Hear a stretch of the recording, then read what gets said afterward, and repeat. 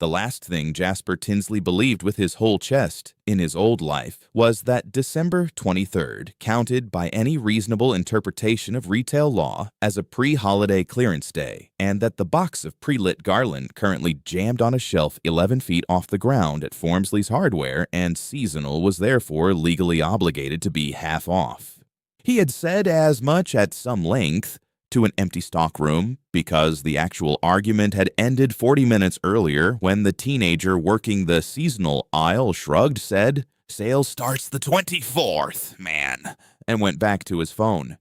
Jasper had accepted this the way he accepted everything in his professional life as an event coordinator for the Formsley County Winter Market, as a temporary setback in an ongoing negotiation that he, personally, had not yet conceded, and had gone up the ladder himself at 11:40 at night, 4 days before the market's opening gala, to retrieve the garland at full price instead, because the gala needed garland, and the gala did not care whose money paid for it, only that it arrived on time, hung straight, and photographed well.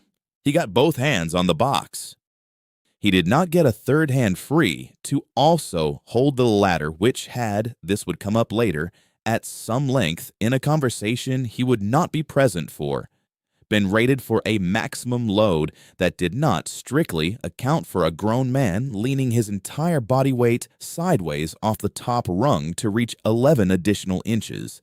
The universe settled that particular miscalculation the way it settles most of them, all at once and from a height. He did not get the garland. He did in the roughly 1.5 seconds between losing the ladder and meeting the concrete floor of the stockroom, face first, have time for exactly one complete thought, delivered in the specific, flat, professionally aggrieved tone of a man watching his own event calendar collapse in real time. If I die 4 days before the gala, Denise is absolutely going to reschedule it into January. And January events underperform by 31%.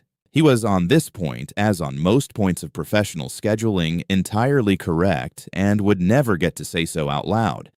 He woke up on his back in a field of unfamiliar grass, under a sky doing something with 3 moons that no version of Formsley County had ever attempted, to a sound in his skull like a string of festival bells all shaken at once, bright, layered, and he would come to learn entirely capable of sounding smug. System, the festival, administrative access, granted. Welcome, Warden. No holiday currently declared. Your people await instruction. My people? Jasper said out loud, to a sky with too many moons, in a voice noticeably higher and younger than the one he'd spent 6 years narrating budget meetings in, and had time to register exactly 2 facts in quick succession before anything else demanded his attention. The first was that he was, by any definition, his old professional life would have accepted, extremely dead. The second was that when he sat up, the hands he braced against the ground were younger than his own, unscarred, unfamiliar, missing the specific callus his old right palm had earned from 6 years of manually cranking a stubborn banner reel, and that the moment he noticed the discrepancy, a ribbon of soft gold light unspooled in front of him like bunting strung between 2 posts that weren't there and hung, waiting. It looked, unmistakably, like a banner. It had little tasseled corners. It had stitched across the top in the exact cheerful serif of every seasonal storefront sign he had ever hung with his own 2 hands, the words, "The Festival." No, Jasper said, getting borrowed legs under him in grass that came up past his knees, in a world he had never seen a single square foot of before this moment. No, absolutely not. I already did this job once. System, the festival. Core function. Declare any period a holiday. All persons under your authority receive a blessing proportional to genuine communal participation. For the holiday's declared duration. Note, declaration frequency and sincerity are both tracked. The calendar remembers everything. Current holiday status, none declared. Persons under authority, 41. 41. Jasper repeated and had about 4 seconds to wonder what 41 people he was apparently now responsible for and where they currently were before the tree line to his left produced a sound he recognized on some deep, entirely borrowed instinct as something is coming, and it does not care about your fourth quarter attendance projections. He ran. His new legs, it turned out, had opinions about running that his old legs had never held. And one of those opinions was that the specific patch of ground directly ahead of him was, in fact, a shallow ditch, and Jasper Tinsley, 34 years old, in a body that had not, by the feel of it, finished growing into itself yet 6 minutes into whatever this was, went down hard enough to lose the wind out of him, flat on his back, staring up at a sky with 3 moons and an approaching problem with entirely too many legs. System, declare a holiday to receive an emergency blessing. I don't know any holidays here, Jasper said, to the sky, to the panel, to the specific, unhelpful, bureaucratic cheer of a system that had apparently decided the correct onboarding for a man about to die twice was a prompt with no accompanying menu. System, any period may be declared a holiday. Sincerity of intent, not tradition, determines validity.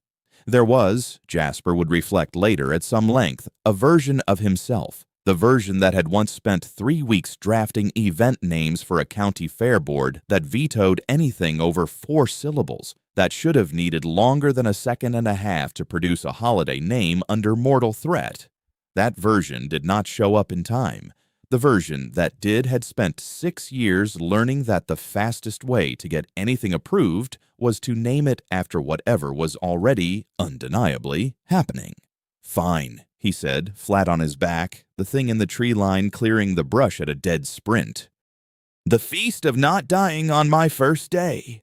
There was a pause, the specific, weighty pause of a bureaucracy deciding whether to accept a form filled out in crayon, and then the golden banner overhead unfurled fully, streamers and all, with a fanfare noise entirely too triumphant for the actual stakes of the moment. System. Holiday declared. The feast of not dying on my first day. Sincerity, assessment, low. Motive is self-preservation, not celebration. Communal participation, 0. No other attendees. Blessing applied, minor, duration, until threat resolved, or 6 hours, whichever comes first. The calendar notes this is an unusual entry and we'll be reviewing it further. Minor is fine, Jasper said, scrambling backward out of the ditch on legs that, he noticed with something between relief and outrage, had just gotten noticeably faster.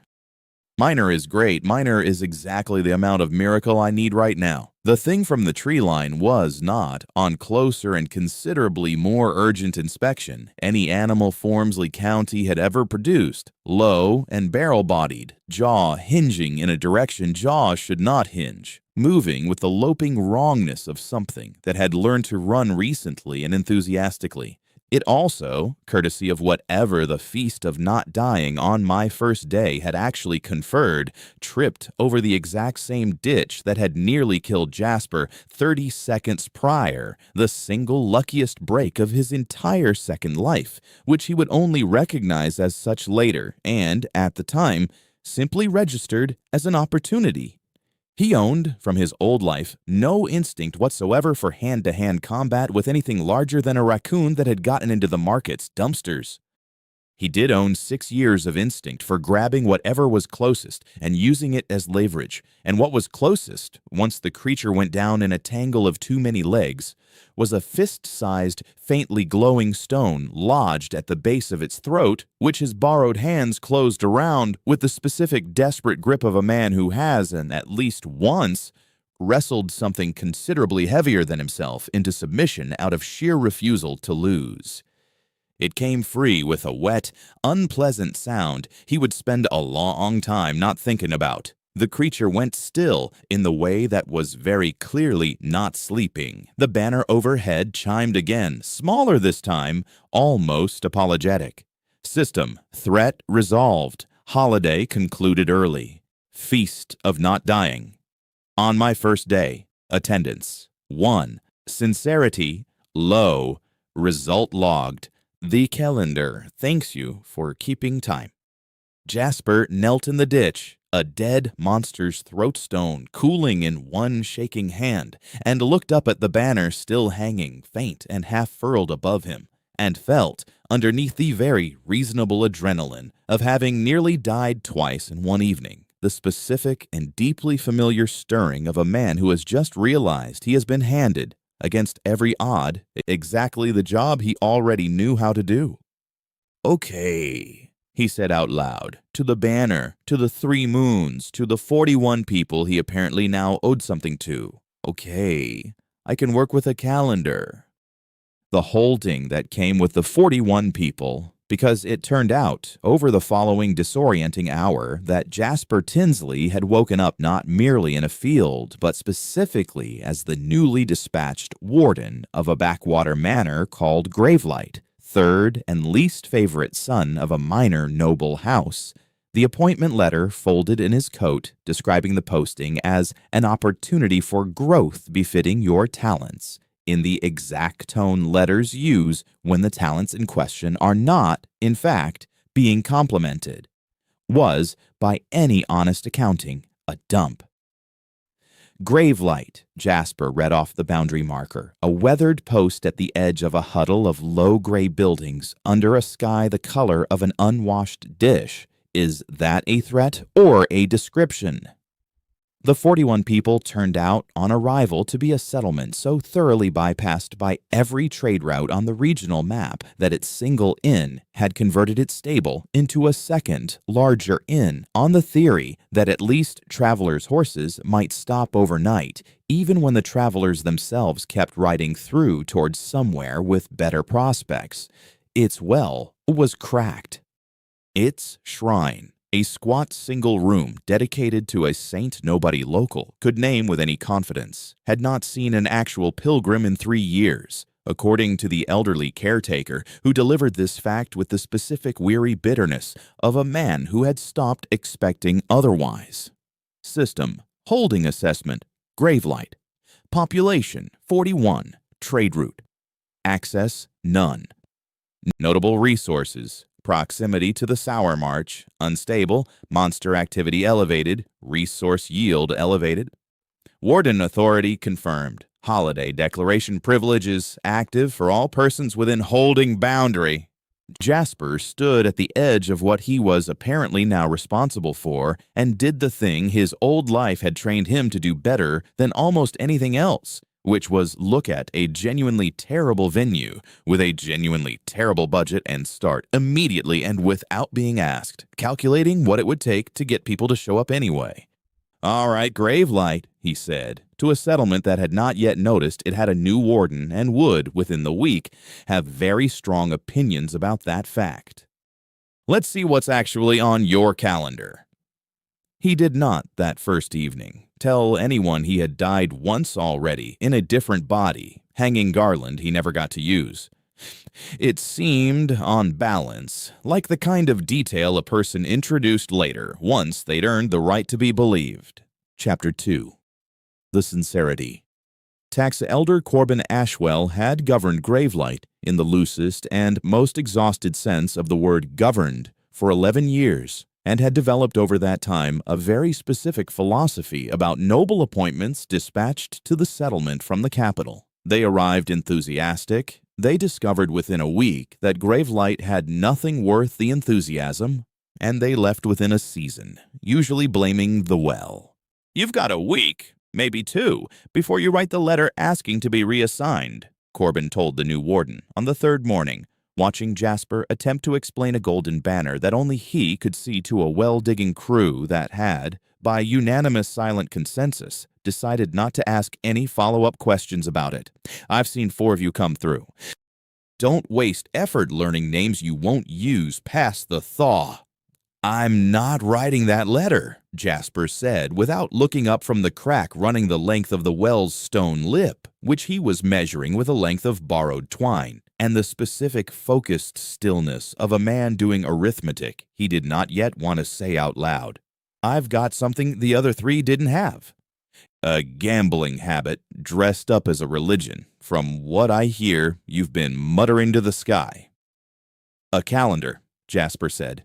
That pays out if I use it right. Watch.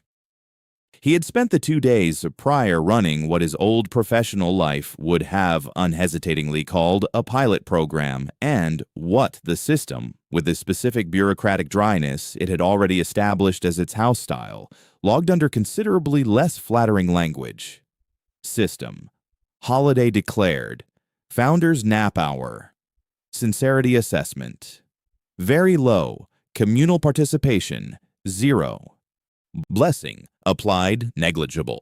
The calendar notes this declaration appears to exist solely to excuse the declarant from well-digging duty. System. Holiday declared. The feast of I am tired. Actually. Sincerity assessment. Low. Communal participation. 2. Warden and 1 villager who agreed largely to avoid further conversation.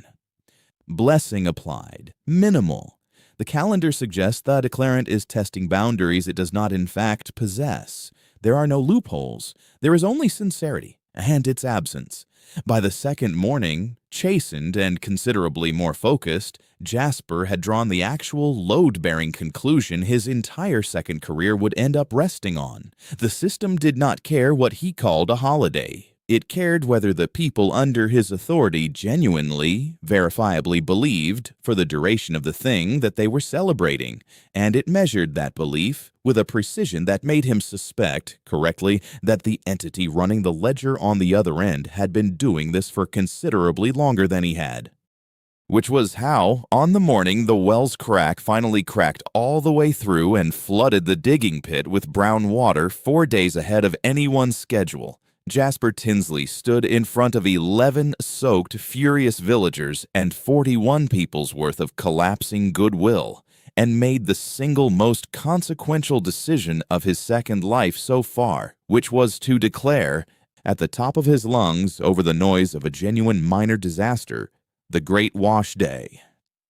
"It's Tuesday," he announced, to a crowd that had not asked for an announcement and was, by every visible metric, in the middle of an emergency.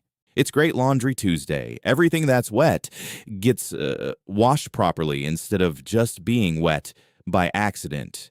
Everyone's linens, everyone's boots, everyone's actual laundry. Today, all of it, together. Because apparently the universe already decided we're doing this." The crowd's initial response was, understandably, confusion bordering on suspicion. Corbin Ashwell's was considerably more direct. "That's not a holiday," Corbin said. "That's you making a virtue out of an emergency." "That's every holiday that's ever existed," Jasper said, already hauling the nearest soaked crate toward the wash troughs with the specific manic energy of a man who has, for the first time in 3 days, found a genuine angle. "Harvest festivals are just... the crops came in and we're relieved. Founding days are just... we survived the winter technically. I am simply doing the paperwork on the emotion everyone in this crowd is already feeling, which is, we have a lot of wet laundry now and might as well make it a thing."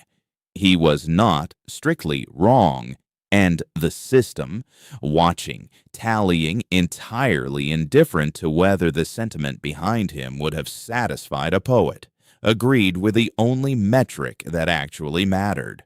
System. Holiday declared. The Great Wash Day. Sincerity assessment, moderate rising. Communal participation, 11 and climbing. Blessing applied. Labor vigor, plus 15%. Stamina recovery, plus 10% for duration. The calendar notes genuine communal effort, however improvised its origin. Improvisation is not itself disqualifying. The effect. Once 11 soaked, furious villagers noticed their arms weren't tiring the way soaked, furious arms were supposed to, took roughly 4 minutes to convert into something considerably more useful than laundry, because the crack in the well was, structurally, also just a very large, very stubborn thing that needed hauling, packing, and resealing by exactly the kind of tireless communal labor the blessing had just handed them for free. By sundown, the well was sealed a full 2 days ahead of the crew's own most optimistic estimate. Every stitch of wet linen in Gravelight hung clean and drying in a sky that had for once cleared, and Corbin Ashwell stood at the edge of the wash troughs with an expression that had shifted over the course of one afternoon from professional exhaustion into something considerably harder to dismiss.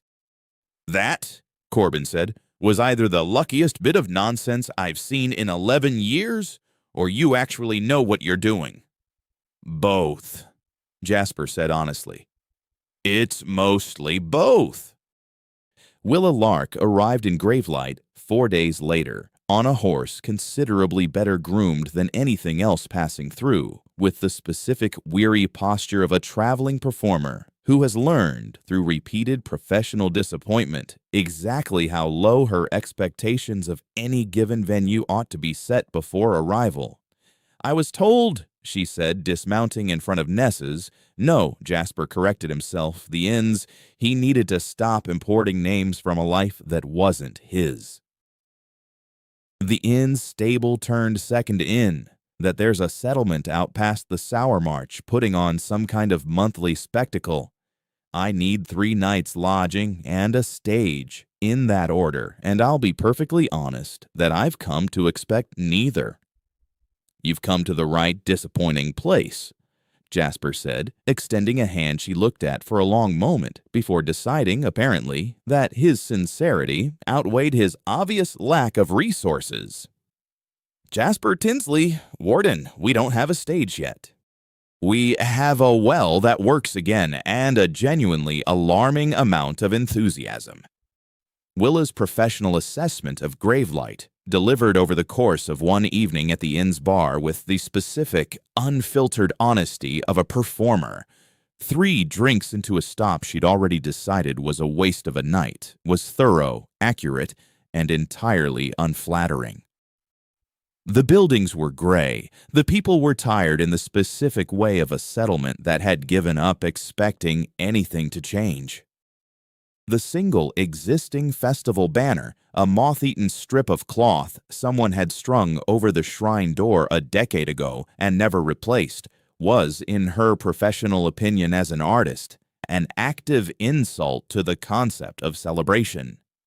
"I don't disagree with a word of that," Jasper said, which was he would learn exactly the wrong and exactly the right thing to say to Willa Lark in the same breath. Wrong, because she had braced for an argument and gotten agreement instead, which visibly threw her. Right, because it told her in one sentence that whatever he was building here was not going to be built on flattering himself. "That's why I need someone who actually knows what a real spectacle looks like instead of a warden who's been improvising off a laundry emergency and a near-death experience." "I'm a bard," Willa said, "not a set designer." "You've toured for, what, judging by the horse and the exhaustion, 6 years? 7? 8, she said, with the specific flat pride of someone correcting a number downward on principle, even when it made her case worse. 8 years, watching every tavern owner from here to the capital tell you where to stand, what to play, and how loud, because they've got the room and you've got the loot," Jasper said. "I'm offering you the room instead. I want a monthly fare here, real spectacle, real draw, something worth riding 2 extra days out of your way for, and I don't have the first idea how to make gray buildings look like somewhere worth celebrating. You do. I'm not hiring a bard, Willa. I'm hiring the first person who's walked into this town in 3 years and told me, out loud and unprompted, exactly what's wrong with how it looks." Willa was quiet for a long moment, turning her mug in slow circles, and when she spoke again, some of the professional weariness had shifted into something considerably more dangerous to argue with: genuine, cautious interest. "You understand, I've never once been offered creative control over anything larger than a single evening's set list." "I understand you're about to be offered considerably more than that, on a budget that will make you want to cry," In a town with exactly one moth-eaten banner to its name, Jasper said. I'm not going to pretend this is a good deal on paper. I'm telling you, it's the first deal you've been offered in 8 years where nobody's already decided what the finished thing is supposed to look like before you've had a say in it. System. New collaborator candidate detected. Assess terms? Jasper looked at the notification, looked at Willa, and did the thing he'd resolved back in that first ditch with a stone cooling in his shaking hand that he would do with total honesty every time the stakes were real. I want to be straight before you say yes to anything, he said. I can't promise this town becomes anything. I can promise every holiday I declare from here on gets measured by an actual external calendar for how sincerely people mean it. Which means the spectacle can't just look good. It has to make people genuinely feel something, or the whole mechanism doesn't work at all. That's not a normal job. That's asking you to design feelings I can then essentially cash in. Something in Willa's face, professional composure sliding for just a moment into something raw, cracked into the first real smile Jasper had seen from her since she dismounted. Warden Tinsley, she said, I have spent 8 years being told to make people feel things I did not, myself, believe were happening. You are the first person to ask me to make people feel something real, and then admit out loud that you intend to profit from it. That is perversely the most honest offer of my entire career. System collaboration established. Willa Lark, art direction. Local standing cautiously invested. Notice spectacle quality, now attract variable, affecting blessing sincerity. Design accordingly.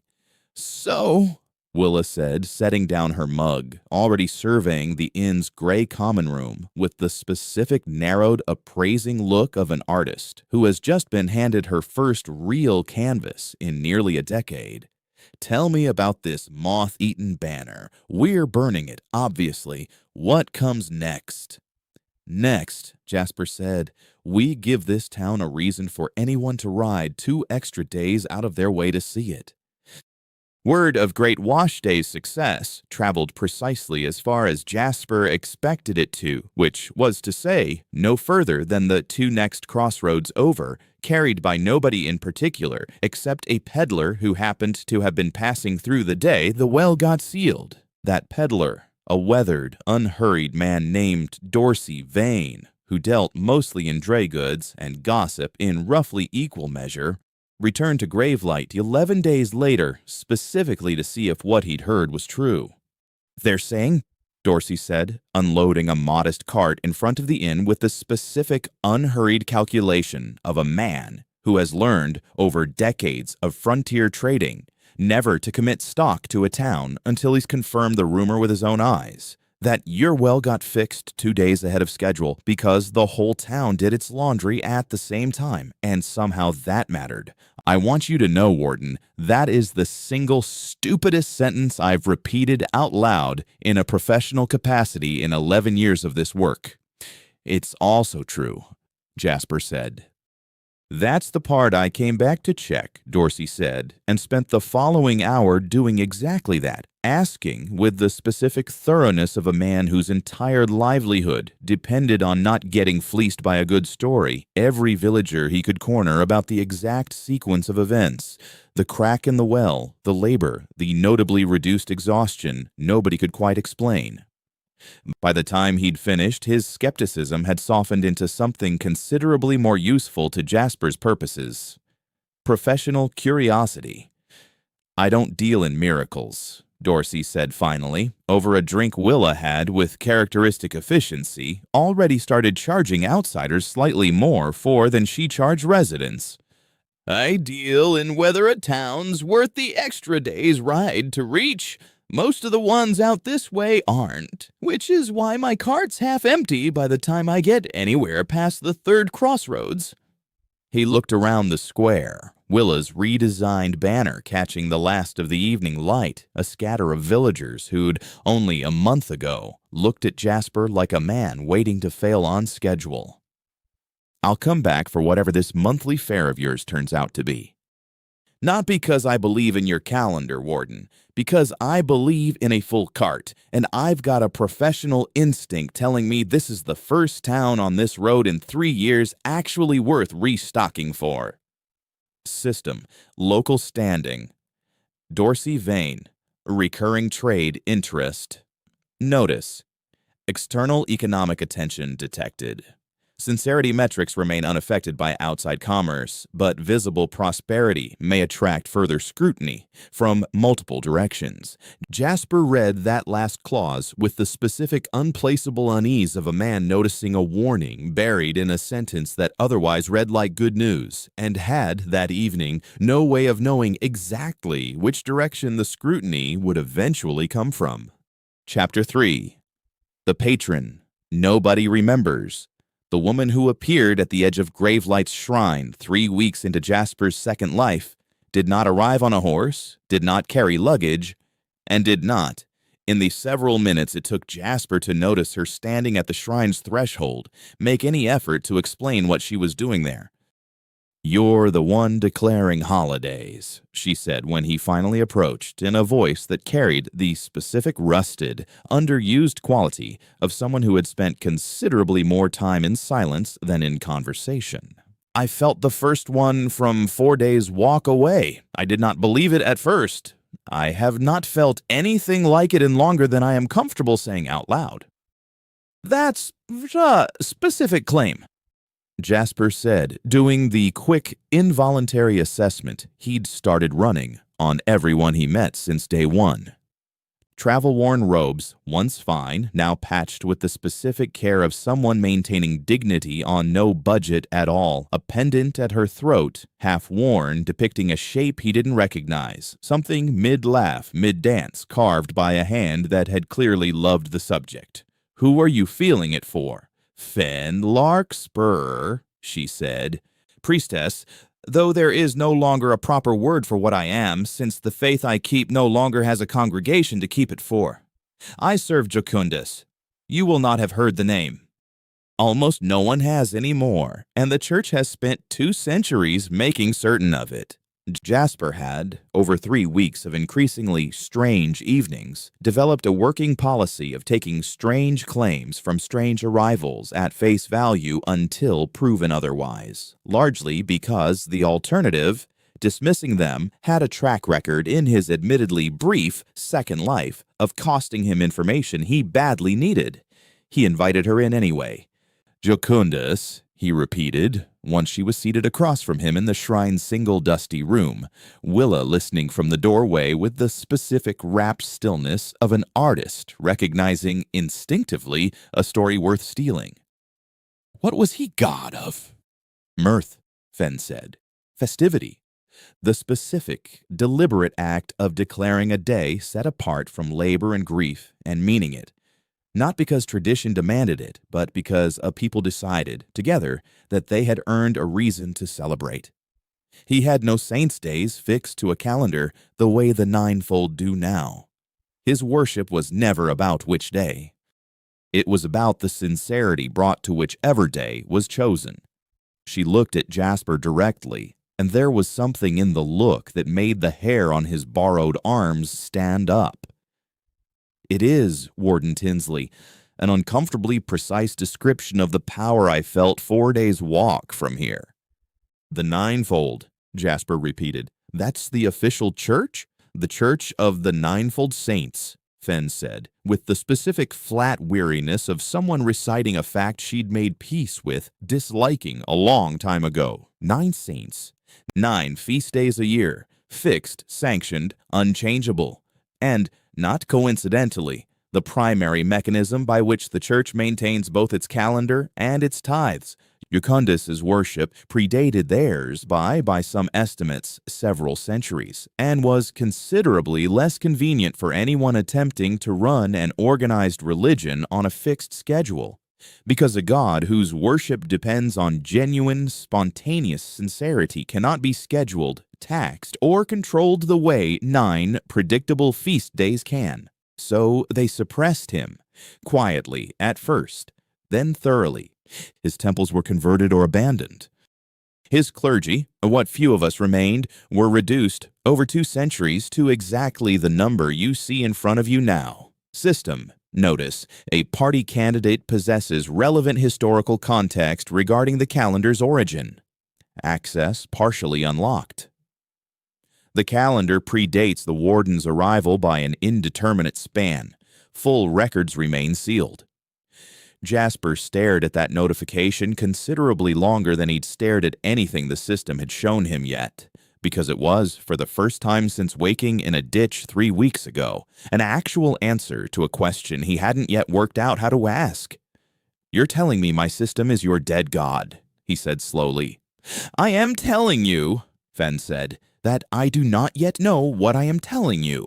Only that I have not felt this precise sensation in my chest since I was a child, at my mother's knee, at the last true festival of Jacundus my village ever held, before the Ninefold's Inquisitors arrived to explain, at considerable length, why it would be the last. I came here to find out whether what I felt was a coincidence, an imitation, or something considerably harder to explain. I have not yet decided which." "Fair," Jasper said, because it was the only honest response available. "I'm not going to pretend I have a better answer than you do. I woke up in a ditch 3 weeks ago with a banner over my head and 41 people's worth of responsibility I hadn't asked for. Whatever's actually running this calendar, I've been finding out the rules the same way you have, by declaring things and seeing what the ledger says back." Fen was quiet for a long moment, turning the pendant at her throat between 2 fingers with the specific unconscious habit of someone who had done it 10,000 times before. "Then I would like to stay," she said, "and watch what you declare next. Not out of blind faith, Warden. I have had faith beaten thin enough over 2 centuries of a dying congregation that I no longer extend it easily. But out of the same instinct that first brought priests to any god worth serving, I want to see with my own eyes whether what you are building here is worth the name I have spent my whole life keeping alive for an audience of exactly no one." System local standing. Fen Larkspur investigating. Notice, the calendar's historical relationship to defunct worship practices remains under review. Further disclosure pending demonstrated outcomes. The test came 2 days later, at Fen's own suggestion, delivered with the specific, careful formality of a woman who had spent 2 centuries' worth of institutional caution baked into her professional instincts and was clearly uncomfortable proposing anything without a controlled trial first. "I would like to hold a small rite," she said. "Nothing the scale of your wash day. A single evening, a handful of villagers who remember enough of the old forms to participate honestly, and an honest question put to your calendar. Does it recognize Jacundus's worship as distinct from your own improvised holidays, or has 2 centuries of suppression left nothing behind but a resemblance?"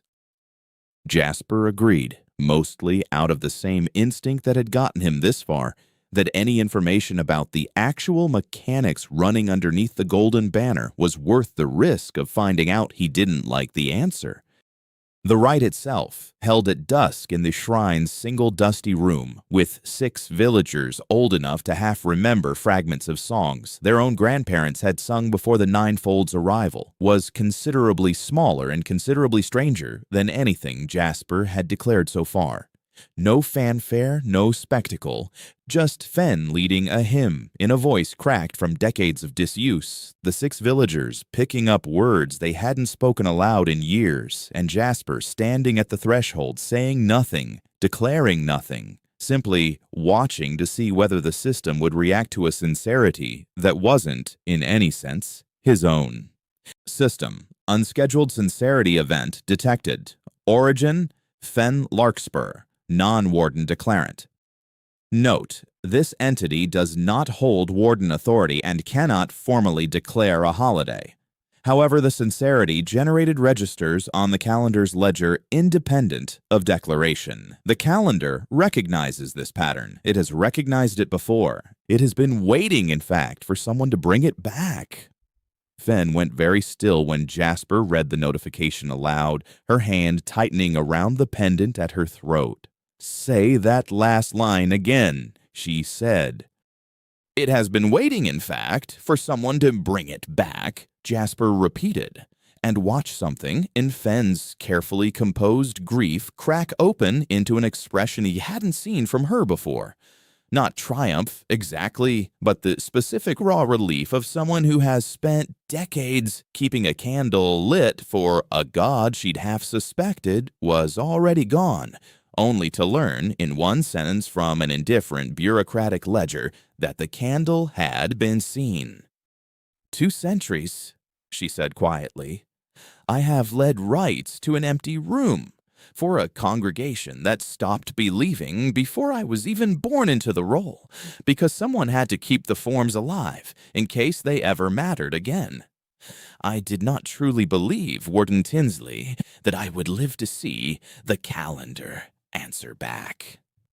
She was quiet a moment, and when she continued, her voice had steadied into something considerably more resolved. I do not yet know if you are Jokundus's chosen heir, his echo, or simply a fortunate stranger who happened to be standing in the right ditch at the right moment. But I know now that whatever this calendar is, it remembers being worshipped honestly, and it has been waiting for exactly this. Someone willing to declare joy sincerely enough, often enough, that the old shape of it becomes visible again. I intend to help you become worth that memory, whether or not you turn out to be anything more than a convenient vessel for it. That's either the nicest or most ominous thing anyone said to me since I got here, Jasper said, and I genuinely can't tell which. Both, Fen said with the ghost of something that might, on a face carrying 2 centuries of institutional grief, have qualified as an actual smile. It's mostly both. It was Willa 3 days later, sketching decoration plans across the shrine's dusty floor with a piece of borrowed chalk while Fen watched from the corner with an expression halfway between hope and professional caution, who first said the word that would end up defining the next month of Jasper's second life. A fair, Willa said, not looking up from her sketch, which had already progressed from a rough banner redesign into something considerably more ambitious. Strung lanterns, a proper stage, stalls arranged in a circuit that would, she explained with the specific patient authority of someone who had watched 8 years of badly run tavern spectacles and knew exactly what not to repeat, funnel foot traffic past every attraction instead of clustering it at one bottleneck. Not a one-off holiday you declare on instinct when the well cracks. A recurring one. Monthly. Something people plan their travel around the way they'd plan around a proper market day, except with an actual reason to make the extra ride worth it. We don't have the budget for a monthly anything, Jasper said, which was, at that point in his second life, simply true. You don't have the budget for a good one, Willa corrected. You have exactly the resources this town's ever going to have short of a miracle, which, no offense to the calendar in question, you already are one. Lanterns cost nothing if half the town weaves them themselves as part of the celebration.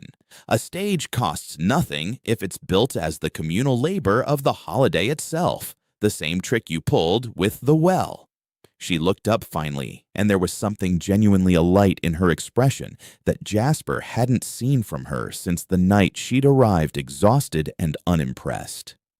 You keep proving the same rule over and over, Warden, whether you've noticed it or not.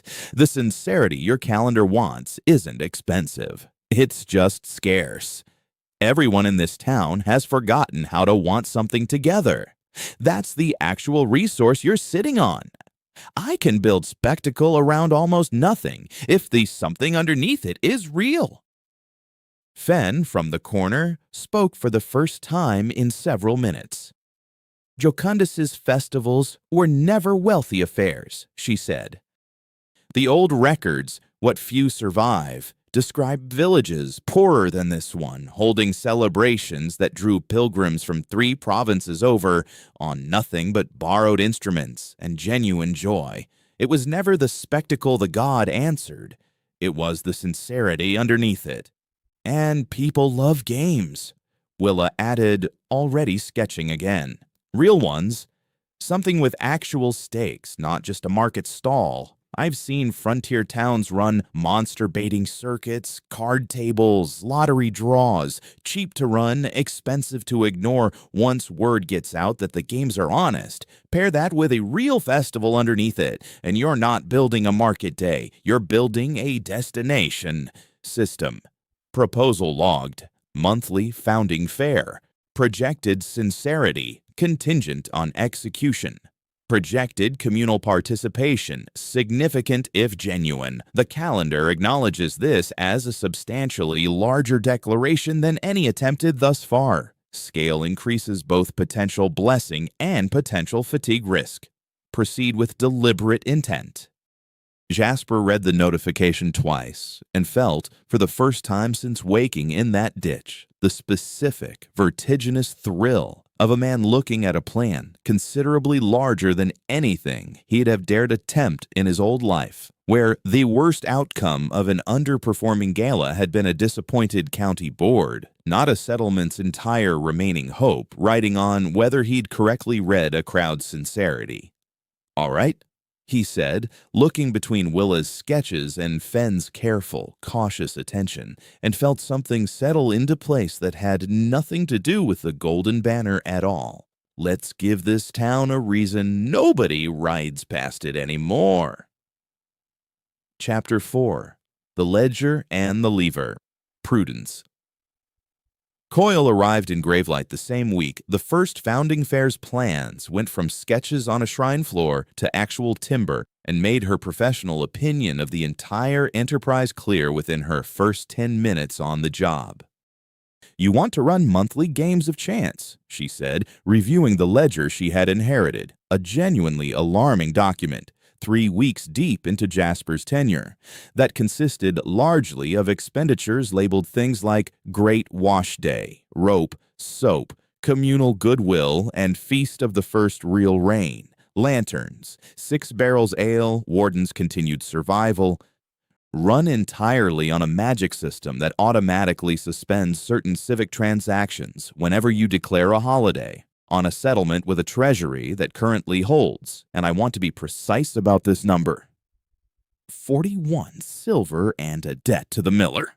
"That's the plan," Jasper agreed. "The system suspends wage disbursement during declared holidays." Prudence continued in the specific, flat, escalating tone of someone building toward a point she had clearly been rehearsing since accepting the position. "Which means every single time you declare a holiday, and you have, by my count, declared 11 in 3 weeks, anyone owed payment that day simply does not receive it until the holiday concludes."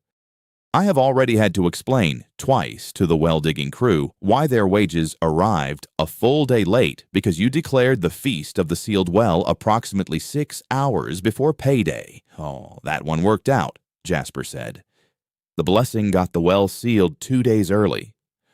"I am not disputing that the blessing works," Prudence said, with the specific weary precision of an accountant who has decided professionally to separate the question of magical efficacy from the question of fiscal responsibility.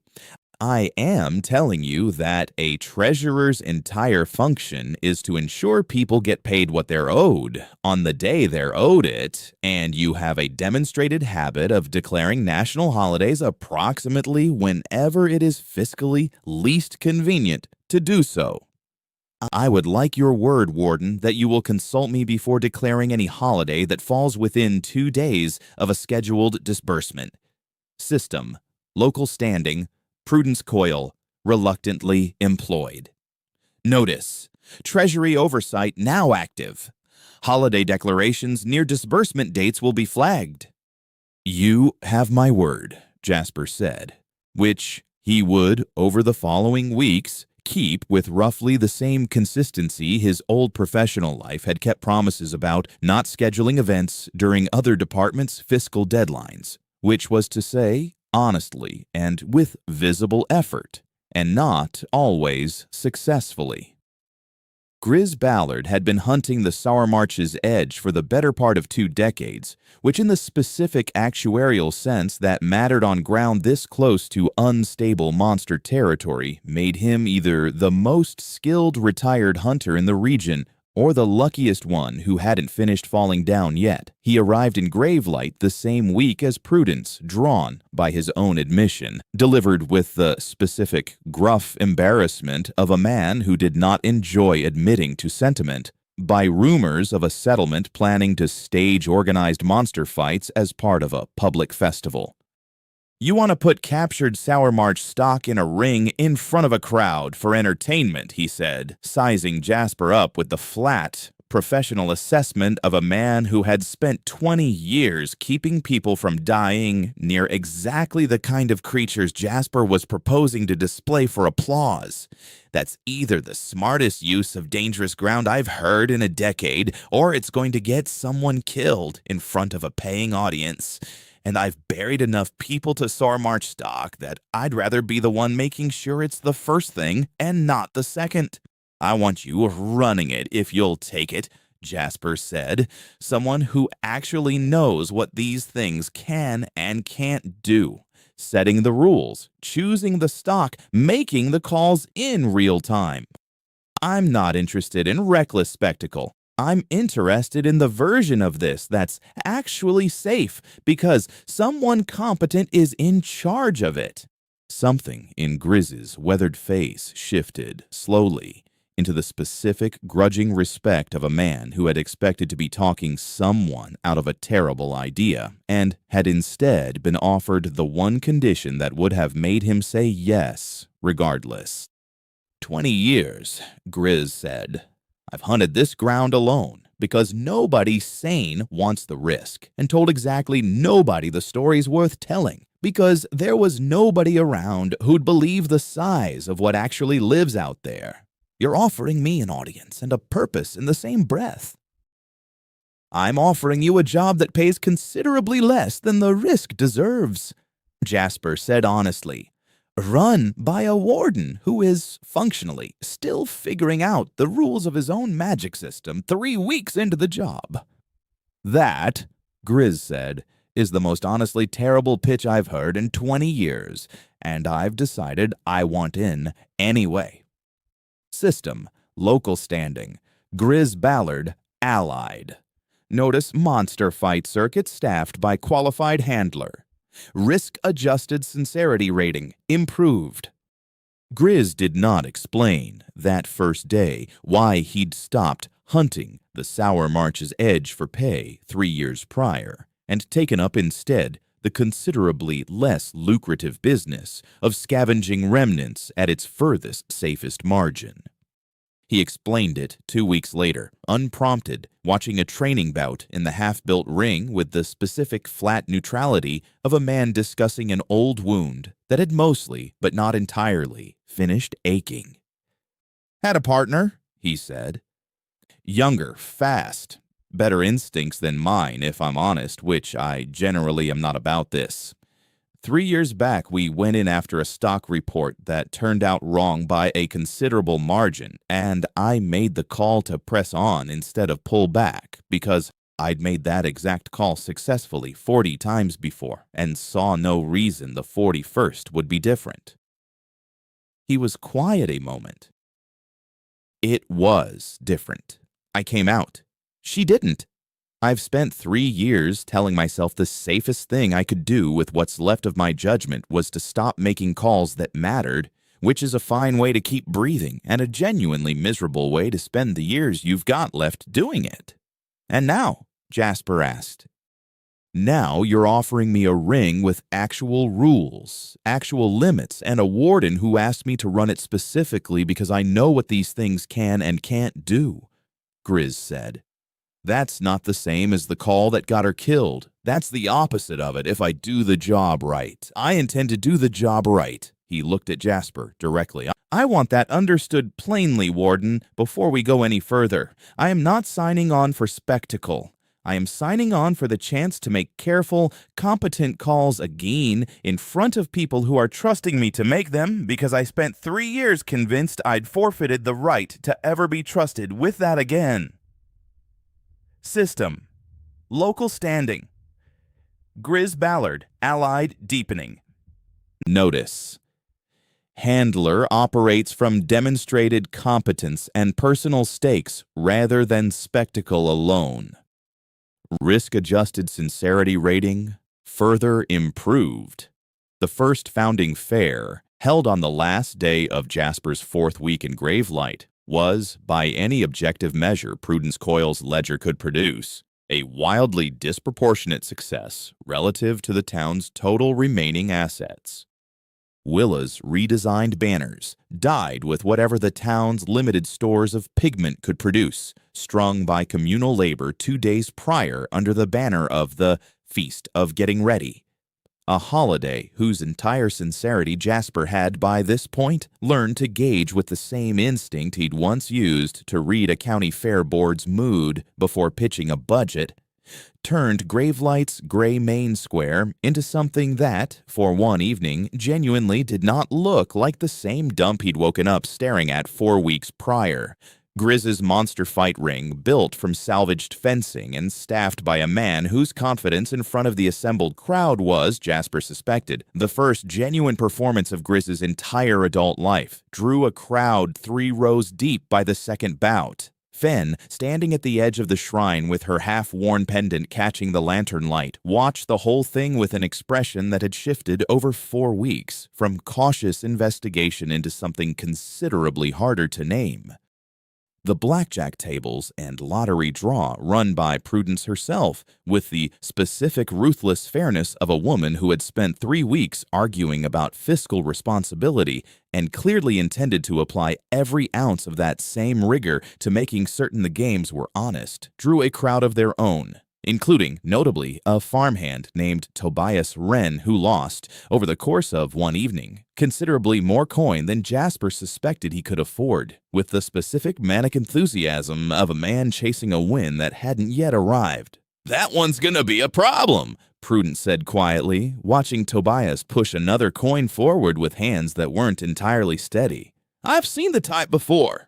"I'll talk to him," Jasper said, and meant it, filing this specific unglamorous obligation away alongside a growing list of things his old professional life had never once required of him. That a festival built on genuine sincerity came with a genuine responsibility to the people it drew in, win or lose. System, holiday declared.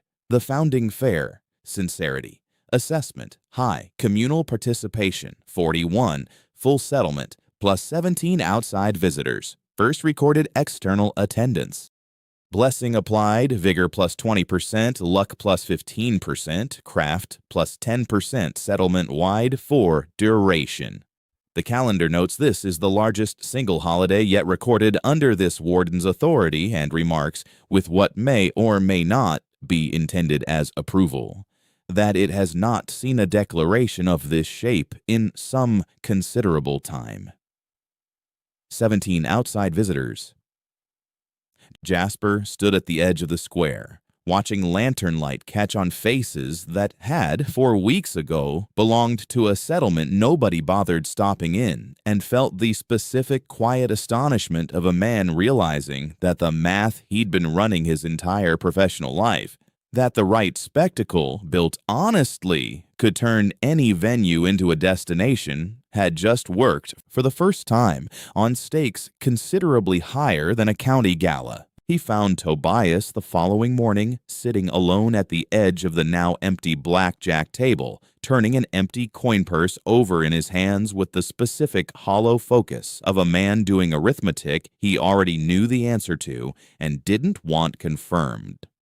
"I'm not here to lecture you," Jasper said, sitting down across from him, uninvited but not unwelcome, judging by the way Tobias didn't get up.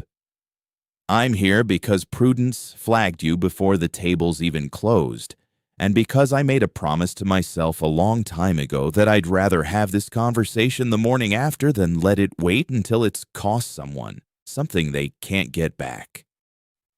I know how much I lost, Tobias said. I counted it twice on the walk home. I don't need you counting it a third time. I'm not going to, Jasper said. I want to ask you one question instead, and I want you to actually answer it instead of telling me what you think I want to hear. If every coin you put on that table last night had vanished the moment you set it down, no game, no chance, just gone, would it have cost you something you needed, or was it spare? Tobias was quiet for a long moment, turning the empty purse over once more. Wasn't spare, he admitted finally. Was next month's seed money some of it? Then here's the actual rule, and I want you to hold me to it as much as I'm about to hold you to it, Jasper said. Prudence runs those tables honest. I've made certain of that, and I'll keep making certain of it every month this fair runs. But honest odds don't mean safe odds, and a man chasing back seed money on a bad night is playing a different game than a man risking coin he can actually afford to lose. I'm not going to ban you from the tables because that's not my call to make, and it wouldn't fix the actual problem. But I am going to ask Prudence to hold your seed money separately off the table entirely. Starting next fair, not confiscated, just kept somewhere your own worst night can't reach it. You'll still have every coin that's genuinely spare to play with. You won't have the rest. That's not really your business, Warden, Tobias said, some old pride flaring up, despite the hollow, morning-after exhaustion still sitting heavy on him. You're right, it isn't, technically, Jasper said, but I built this whole fair on the idea that sincerity is worth something the calendar can actually measure, and I don't think I get to claim that sincerity honestly if I let a farmhand quietly lose his seed money to my own blackjack table and call it none of my business. I'd rather be the warden who told you this the morning after one bad night than the one who let you find out the hard way what it costs to keep chasing it. Tobias didn't answer right away, but he also didn't argue further, and when he left, it was with the specific loosened posture of a man who had braced for a lecture and been handed instead something closer to an actual plan. Prudence, watching from the treasury table where she'd clearly been listening the entire time under the thin pretense of reviewing the previous night's ledger, said nothing until Jasper sat back down across from her. That, she said, is the first time I've heard anyone running a table like yours actually build in a safeguard instead of just counting the take. You flagged it first, Jasper said. I just finished the thought. Something in Prudence's habitually flat, exhausted expression shifted fractionally into something that might, given enough time, become something closer to genuine respect for the man whose fiscal recklessness she'd spent 3 weeks cataloging. He did not yet know that word of that same 17-visitor crowd, and the noticeably thinning attendance at the Ninefold's own regional feast day held the same week would reach the church considerably faster than word of a well-sealed 2 days early ever had. Chapter 5, 9 Saints, No Patience Emissary. Columrask arrived 4 days before the canon did, representing, by his own carefully neutral introduction, an interested neighboring house that prefers, for the moment, not to be named until the nature of your operation is better understood, and spent 2 full days doing nothing more alarming than watching, taking notes, and asking Willa unnervingly specific questions about lantern supply costs. Your lord wants to copy this, Willa said flatly on the second evening, catching him mid-sketch of the fair's stall layout in a small leather notebook he hadn't been quick enough to close. My lord wants to understand it, Colum said, with the careful diplomatic precision of a man whose entire profession depended on never quite confirming or denying anything useful. There is a considerable difference between the two, Mistress Lark, though I grant the second frequently leads to the first. Jasper, when the report reached him, found himself less alarmed by the prospect of imitation than Willa clearly was. "Let him copy it," he said. "A dozen towns running honest fairs off genuine sincerity isn't a threat to what we're building. It's the whole model working exactly the way I hoped it would eventually. The thing that actually worries me isn't a rival lord borrowing the idea. It's whoever decides the idea shouldn't exist at all." He didn't know, saying it, how quickly he'd be proven right. Column left the same morning Canon Aldous Gray's horse appeared on the boundary road, and the two men, by Willa's later account, delivered with the specific relish of someone who'd been dying to describe it to anyone who'd listen. Exchanged a long, wordless look in passing that suggested each had recognized exactly what kind of attention the other represented, and neither had been remotely surprised to find the other already circling. Canon Aldous Gray arrived in Gravelight 11 days after the first founding fair, on a horse considerably better kept than the settlement's own stock, with the specific unhurried authority of a man who had never once, in his professional life, needed to raise his voice to be obeyed. "Warden Tinsley," he said, dismounting in front of the shrine with the ease of a man who had rehearsed the entrance. "I've come a considerable distance to have a conversation with you, and I want to be direct about why. Because I find indirect openings a waste of both our time." "I appreciate directness," Jasper said, and meant it, gesturing toward the shrine's single bench with the same host's instinct he'd extended everyone else who'd walked into Gravelight since day one, though something in the canon's flat, patient stare suggested he was considerably less inclined than most to accept comfort from a man he'd already decided to distrust. "The Church of the Ninefold Saints," Aldous said, seating himself with the specific, deliberate stillness of someone who had delivered this exact speech before, in other towns, to other overreaching lords. "Maintains 9 sanctified feast days a year, 9. Fixed by 2 centuries of careful tradition, tithed properly, attended faithfully, and until recently, entirely unthreatened by anything a backwater holding on the edge of the Sour March might attempt."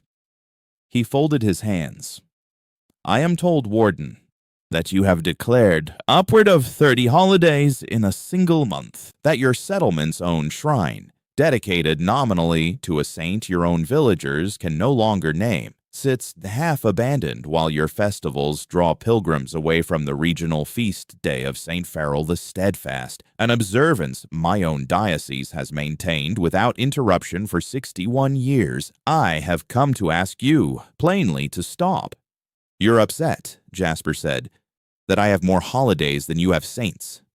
"I am upset," Aldous said, with the specific, controlled precision of a man refusing to be baited into raising his voice.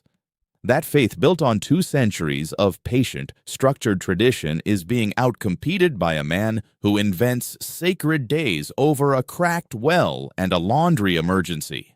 And that 17 of my dioceses' own faithful rode past St. Farrell's feast this year to attend your gambling tables instead. I did not walk this far to debate theology with you, Warden. I walked this far to inform you that the Church takes its calendar seriously and does not intend to watch it quietly eroded by a man treating sanctified time as an event-planning exercise." Jasper was quiet for a long moment, and when he answered, it was without the practiced ease he'd have brought to any other negotiation of his short second life. Because this one, he understood immediately, wasn't actually a negotiation at all. "I'm not trying to erode your calendar, Canon," he said. "I'm trying to keep a settlement of 41 people from starving quietly in a town nobody visited before I got here. If St. Farrell's feast day is losing attendance to my fair, that's not because I declared a rival holiday out of spite. It's because I gave people an honest reason to show up somewhere.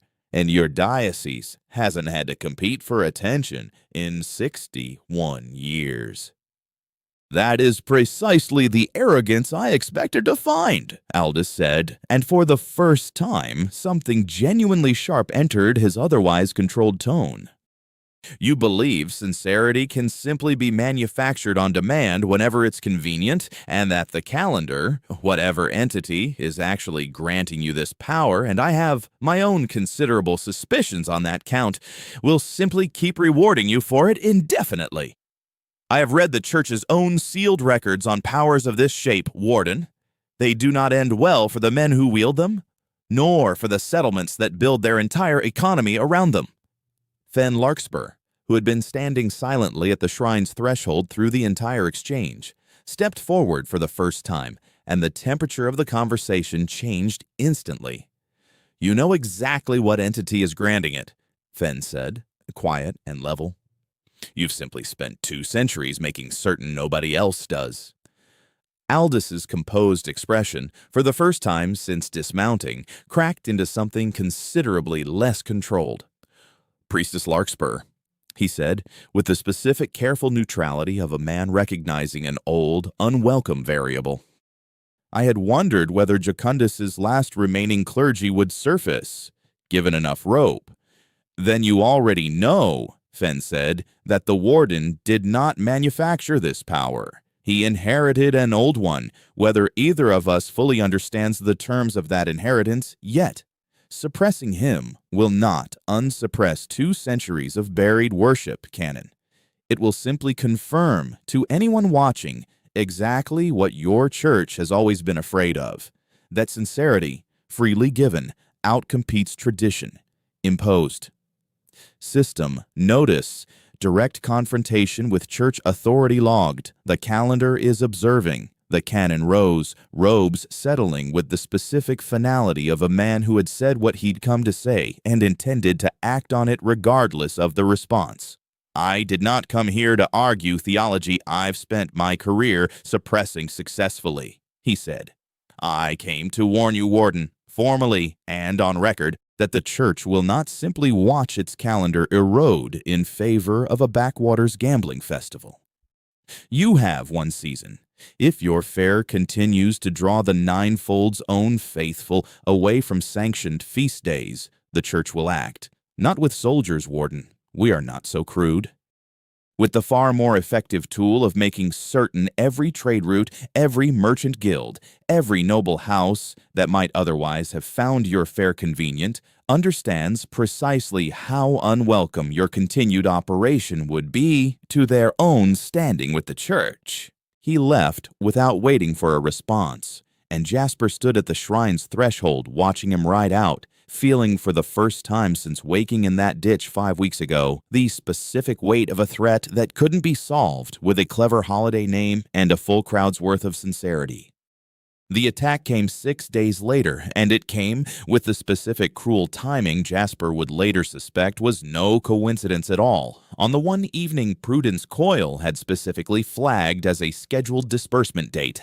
The exact kind of collision she had spent 5 weeks warning him about, except that this time, the thing colliding with payday was not a holiday. It was a Sour March swarm, larger than anything Grizz Ballard had seen cross the boundary in 2 decades of hunting its edge, driven out of the unstable marsh by whatever seasonal pressure the Sour March built toward once a decade. According to Corbin Ashwell's grim recollection, and heading with the specific unerring instinct of migrating monsters directly toward the one settlement on the map currently lit up with lanterns, noise, and 41 people's worth of gathered distracted attention. System, localized threat detected. Sour March swarm migration. Estimated affected population. 41 plus visiting outsiders. Cumulative risk, high. Time to impact, approximately 3 hours. 3 hours, Jasper said out loud, and Willa, already halfway through hanging the evening's lantern display, went very still. That's not a holiday notification, she said. That's the system itself, flagging something real. I know. Jasper looked around the square. Grizz already moving toward his ring's salvage fencing with the specific, fast, competent focus of a man who'd spent 20 years preparing for exactly this scenario. Prudence's ledger, forgotten on the treasury table as she started calling names for an evacuation headcount. Fen rising from the shrine steps with an expression that had shifted in one sentence, from cautious observer to something considerably more engaged. This is the first time since I woke up in that ditch that the stake stopped being what I could win and started being what 41 people plus every visitor at this fair stand to lose if I get this wrong. He did not, for the first time in his second life, reach immediately for the golden banner. We do this the way Grizz has spent 20 years preparing for exactly this kind of night, and the way Willa's spent 5 weeks proving spectacle, built honestly, can move a whole crowd at once, Jasper said instead. Grizz, I need every fighter you've trained in that ring redirected to the actual boundary line now with real stakes instead of staged ones. Prudence. I need every visitor and villager accounted for and moving toward the shrine's stone walls, because I am not gambling with anyone's life before I've done the honest evacuation work first. Willa, I need every lantern and every voice in this square turned toward keeping people calm and organized, because panic kills faster than monsters do on a night like this. And then, he turned to her last, and something in her expression had already shifted into the specific, undivided attention he hadn't seen from her since her arrival. I need to know if there's anything in Jocundus's old records about a holiday declared under threat instead of celebration, because I think tonight might be the first time I actually need to know the answer instead of guessing it. There is one, Fen said slowly. A fragment, badly preserved. The old worship held that a people who chose joy together, even at the edge of disaster, in open defiance of the fear trying to scatter them, that this was the truest form of sincerity Jocundus ever recognized. Not comfort, defiance. Jasper looked at the golden banner, hanging faint and waiting in the air above the square, and felt something settle into place that had nothing to do with calculation at all. The next 3 hours were, by unanimous later agreement among everyone in Gravelight who lived through them, the least glamorous and most exhausting stretch of Jasper Tinsley's entire second life, and involved considerably more organized shouting than gambling. Grizz's fighters, 6 villagers he'd quietly trained over 5 weeks under the cover of staged exhibition bouts, none of them aware until that evening that the training had been building towards something real, held the boundary line long enough for Prudence's head count to clear every visitor and villager behind the shrine's stone walls, calling names off a ledger she'd built for an entirely different purpose and was now using with the same ruthless precision she brought to every task to make certain nobody was left unaccounted for in the dark. Willa kept the crowd's nerve from shattering with nothing more than her own voice, and a lantern held high, leading a song Jasper didn't recognize, but the older villagers, to his considerable surprise, immediately did. Something half-remembered from before the Ninefold's arrival that Finn, standing beside her, picked up in a voice cracked from decades of disuse in singing anyway. And when the swarm finally broke from the tree line in full, and Grizz's line began to buckle under sheer numbers, Jasper Tinsley stood in the middle of a terrified, exhausted, singing crowd and did the thing his old professional life had never once prepared him for, and his new one apparently had. The feast of standing our ground, he shouted, over the noise, over the fear, over 5 weeks of everything he'd learned about what this town actually needed to hear. Right now, tonight, not because we're safe, and because we're not, and we're choosing to hold this line together anyway. System. Holiday declared. The Feast of Standing Our Ground. Sincerity. Assessment. Assessing. Assessing. Communal participation. 41 residents, 17 visitors, all present, all afraid, all remaining regardless. Sincerity assessment. Exceptional. The calendar has rarely recorded joy chosen this deliberately, this close to loss. Blessing. Applied. Vigor plus 30%. Courage plus 25%. Craft plus 20%. Settlement wide. Maximum duration. The calendar. Thanks you for keeping time. Even now, especially now. The blessing hit the line like a struck bell. Grizz's 6 fighters suddenly holding ground. They'd been losing a heartbeat earlier. Prudence's evacuated crowd finding, unexpectedly, the nerve to pass forward every improvised weapon and torch the settlement owned, Willa's song rising loud enough to be heard clear past the shrine walls, and Fen singing a hymn to a forgotten god beside a warden, who had, without either of them fully realizing it until this exact moment, become something considerably closer to that god's living answer than either had dared say out loud. The swarm broke an hour before dawn, driven back toward the Sour March by a boundary line that had held considerably longer and considerably more successfully than Grizz's own grim pre-battle estimate. Nobody died. System, threat resolved, 0 casualties. Compensation, multiplier applied, substantial. The calendar acknowledges a rare outcome.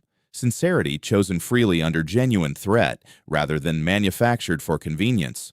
Warden record update. Current cycle, 7th of record. Prior cycles remain sealed, pending further review. Jasper read that last line, standing ankle-deep in torn-up mud, exhausted, soaked in sweat that had nothing to do with the Sour March's damp air, surrounded by Grizz, Willa, Prudence, and Fen, who had gone very still the moment the notification appeared, her half-worn pendant catching the first gray light of dawn. 7th, Jasper said out loud. Not first. No, Fen said quietly. Not first. She looked at him with an expression that had shifted over the course of one night from cautious investigation into something she clearly hadn't expected to feel this soon. The old records speak of a warden of mirth who vanished from history the same season the Ninefold's Inquisitors first moved against Jacundus's worship. No name survives, no account of what became of him. Only that the sincerity he commanded was, by every surviving fragment, described in exactly the terms your calendar just used to describe you. She was quiet a moment, weighing something considerably larger than the night just past. I do not know yet whether you are his heir, his echo, or simply a stranger the calendar chose because the position was, at long last, vacant again. But I intend to find out, Warden Tinsley, and I suspect, after tonight, that you no longer intend to stop me from looking. Jasper looked around at the 4 of them, soaked, exhausted, alive, 41 villagers and 17 visitors behind them who had stayed that way too, and felt the specific quiet astonishment of a man realizing that the best holiday he'd ever declared hadn't been the one with the biggest crowd or the brightest banners. It had been the one nobody had wanted to attend at all and had shown up for anyway. Whatever I am, he said, watching the first real sunrise Gravelight had seen in longer than anyone local could remember, I think the church just found out it's going to have considerably more than one season to deal with. Somewhere behind him, faint and half-furled but unmistakably present, the golden banner hung waiting for the next thing worth declaring.